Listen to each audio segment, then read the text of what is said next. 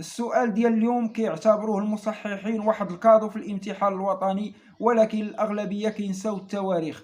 السؤال يقول: اكتب فقرة تبرز من خلالها المقاومة المسلحة للاستعمار بكل من الأطلس المتوسط والريف.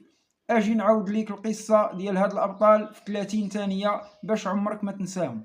ودابا سمعني مزيان، فاش دخل الاستعمار للمغاربة ما سكتوش وهزوا السلاح، وغنركزوا على جوج بلايص وجوج ابطال. في الاطلس المتوسط وقف ليهم السبع موحى وحمو الزياني. هاد البطل طحن القوات الفرنسيه في واحد المعركه تاريخيه اللي سميتها معركه الهري سنه 1914. وما نساوش انه في الشمال الريف بان الامير محمد بن عبد الكريم الخطابي هاد العبقري دار الرعب في الصبليون ومسح بهم الأرض في معركة أنوال سنة 1921، لدرجة أنه أسس جمهورية الريف. وهذه المقاومة بقات صامدة حتى 1926، عاد قدروا يحبسوها. جوج أبطال، جوج معارك وجوج تواريخ، ها هي سهلة بين يديك.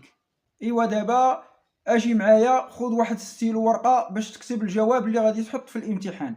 في الأطلس المتوسط قاد المجاهد موحى وحمو الزياني المقاومة ضد الاستعمار الفرنسي، حيث خاض معارك عديدة أبرزها معركة الهري في 1914. وفي الريف قاد الأمير محمد بن عبد الكريم الخطابي المقاومة المسلحة ضد الإسبان، حيث أسس جمهورية الريف وقاد معركة أنوال في 1921 التي كبدت الإسبان خسائر فادحة. استمرت المقاومة حتى تم احتلال الريف وإجهاض الجمهورية الريفية في سنة 1926.